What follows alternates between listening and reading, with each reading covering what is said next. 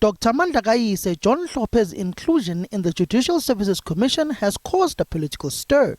The governing party says the rules are mute on what happens to an impeached judge. ANC Secretary General Fikile Mbalula says the concern about Hlophe being on the panel to appoint judges is valid. The ANC holds no brief for Hlophe, Dr. Hlophe, first and foremost, and or any member of any other party. And the discontent about John Hlophe's nomination is valid. And the ANC position on the JSC discussion in the House was not to say there is no basis.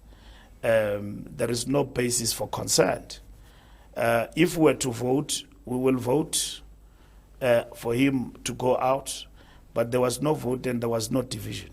What our chief whip said in word was to say that the rules in terms of eligibility of a member to stand are moot when it comes to an individual who's impeached.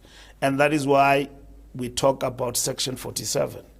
That must then be looked at in terms of addressing that question, because where the rules are now are simply addressing the insolvency of an individual. The ANC says parliamentarians must come together to rectify and have the rules explicit on the exclusion of a judge that is impeached.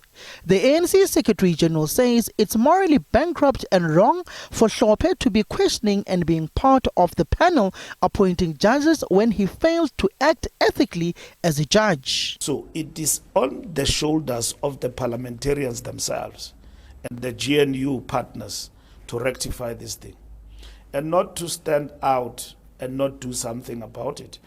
It will be an indictment if this were to be allowed. A man or a woman who was a judge and impeached and found to be on the wrong, he must now sit in a panel and judge others and question them. It is morally bankrupt and incorrect.